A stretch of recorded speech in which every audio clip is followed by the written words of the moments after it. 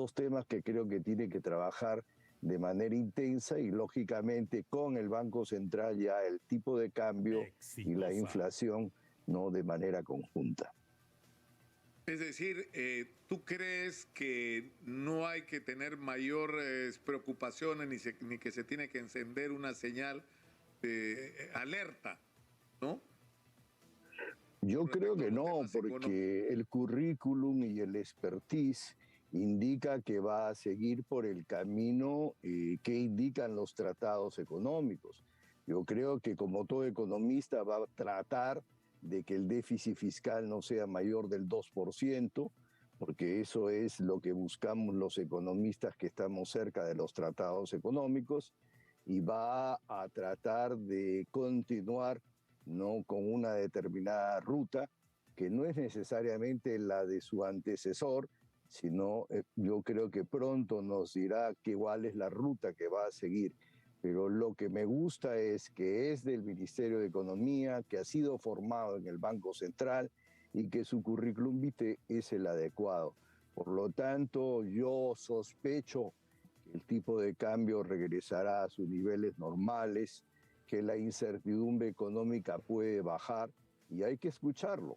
Tiene que salir a los medios para decir qué ruta va a seguir. Javier, te fundamental. Te quiero pedir un favor, tengo que ir a una pausa y quería hablar contigo sobre este tema de precisamente cómo atraer la inversión. Javier, tú dices que uno de los cambios que tendría que ocurrir, o sea, te da tranquilidad el que Graham sea ministro de Economía por sus antecedentes, sus características, pero yo llamaba la atención sobre el hecho de que tenemos que pasar del discurso de promover la inversión a la acción para que la inversión llegue. Y para eso hay que tomar medidas. Los ecuatorianos están convocando a eventos internacionales para mostrar a los inversionistas lo que tienen. Y nosotros no lo estamos haciendo cuando tenemos mucho más que ellos para mostrar. Bueno, es cierto lo que tú dices. No, el ministro Franque no hizo ningún evento internacional durante los 6 meses que estuvo de ministro de Economía, ¿no?, que tendría que haberlo hecho. Y el evento internacional es salir al exterior, ir al mercado de Nueva York, al mercado de Londres, ¿no?, al mercado de Tokio y exponer la cantidad de proyectos que tiene el país. Para ello generalmente va el ministro de Economía, el presidente del Banco Central, ¿no?, el presidente de la Bolsa de Valores del IVA y un conjunto de empresarios.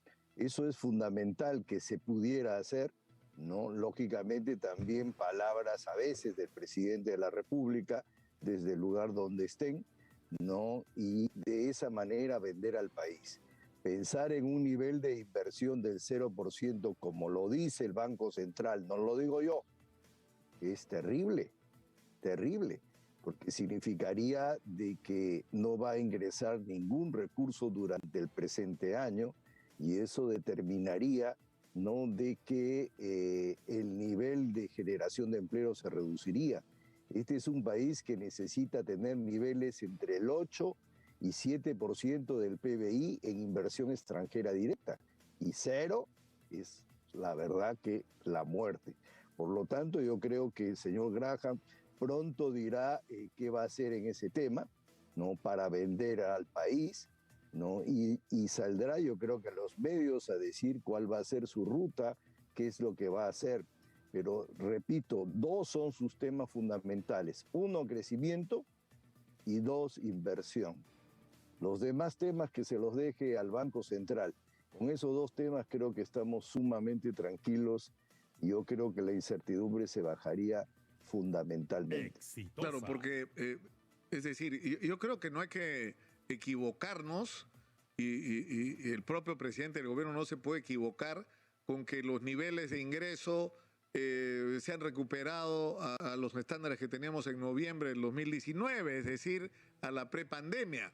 Pero eso es una ilusión, porque eso tiene que ver, no es una ilusión, pero eso corresponde a la subida del precio de los minerales en el mercado internacional. No, aquí hay un crecimiento real de la economía, ¿no es cierto? Entonces, para eso es para no. ¿no? Sí, Eso es una tremenda equivocación, compararse con diciembre del 19 y 19 no fue un buen año. Lo que ocurre siempre cuando los precios de los minerales están altos, la inversión extranjera suele venir y examinemos todos los momentos, 1988, 1998, ¿no? 2006, ¿no? Cuando suben los precios de los minerales, la inversión extranjera viene corriendo al Perú y eso es lo que no va a ocurrir. Va a haber recursos por exportación, pero la idea es de que fuera de los recursos por exportación se abra el país para que ingresen nuevos capitales, para que exploten más el tema de los minerales. Ya se empezaron a hacer los vehículos eléctricos, híbridos y eléctricos en todo el mundo. Por lo tanto, la venta de todos los minerales va a subir considerablemente y al Perú lo pondría en una posición espectacular. Repito, 88, 98, 2006. El gobierno del presidente García tuvo niveles de crecimiento de 6,5%. ¿Por qué? Porque los precios de los minerales eran altos y porque hubo inversión extranjera directa en el país. Y ese es el tema. Tiene que trabajar el ministro, no tratando de traer la inversión extranjera directa al país. Si le vamos a poner impuestos, vamos a cambiar en materia tributaria, ¿no?, los temas a las empresas mineras, pues lógicamente irán a Nueva Zelanda, a Canadá, a Australia y no vendrán al Perú. Claro que sí. Y además, Polo Monzón el otro día nos planteó fórmulas inteligentes, ¿no?, para lograr resolver este tema, por ejemplo, porque un lado es atraer a los inversionistas, ¿no es cierto? Y que metan su dinero y que le decía, hay que cortar los plazos y simplificar los procedimientos, ¿no es cierto? Porque hay mucha burocracia en el Perú, ¿no? Mucha tramitología.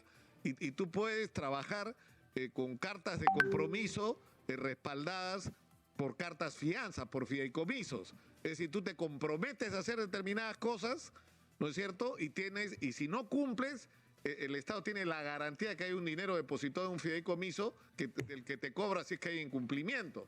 Pero él decía que simultáneamente al inicio de las obras tienen que resolverse los temas sociales, es decir, apenas empiecen los proyectos, de la mano tienen que ir haciéndose carreteras, hospitales, colegios, resolver el problema del agua potable, ¿no es cierto?, tender canales para ¿no es cierto?, garantizar el desarrollo de la agricultura o lo que fuera. Es decir, eso es en lo que habría que estar trabajando. Ahora, la otra pregunta, Javier, es el del FONAVI. ¿Qué va a pasar con el FONAVI? O sea, digamos, ya nadie se atreve a discutir la legitimidad de la deuda, ¿no es cierto? Se le debe a la gente que se le descontó. Bueno, nos los deben a todos nosotros. A mí me encantaría que se pudiera pagar porque sería un recurso que podríamos recibir, que podría recibir, pero la verdad que yo no lo veo al gobierno con la capacidad de caja para poder absorber, ¿no?, ese monto. Por lo tanto, yo creo que puede ser una muy buena intención, pero no lo veo con capacidad de hacerlo. Tal vez hacerlo en el término de 10 años, de 12, 15 años, pero hacerlo en este momento lo veo con toda sinceridad sumamente difícil. Que el gobierno tenga la capacidad. Si no lo escuché mal, decía 5 años. O sea, reconocer la deuda, establecer exactamente cuál es y empezar a pagarla en un plazo de 5 años. Ahora, el problema es que hay mucha de la gente que necesita el dinero ahora, ¿no? No dentro de 5 años, ¿no? Por el impacto que ha tenido, ¿no? Tal vez hacerlo que los muy mayores sean los primeros que reciban y de ahí sucesivamente los más jóvenes, para de esa manera irlo pagando en el tiempo, pero pagarlo de un solo cocacho, de un solo porrazo, lo veo sumamente difícil, ¿no? Ahora, este ministro es un ministro que ha estado en el Ministerio de Economía, es decir, que conoce, no el avatar del Ministerio de Economía, ha sido director general del Ministerio de Economía, de Mercados Financieros y de Prestación Social. Es decir, conoce perfectamente el tema del FONAVI. No es que llega a enterarse, él sabe lo que está pasando, sabe cuáles son los problemas que hay, sabe lo que tiene adelante. Sabe perfectamente.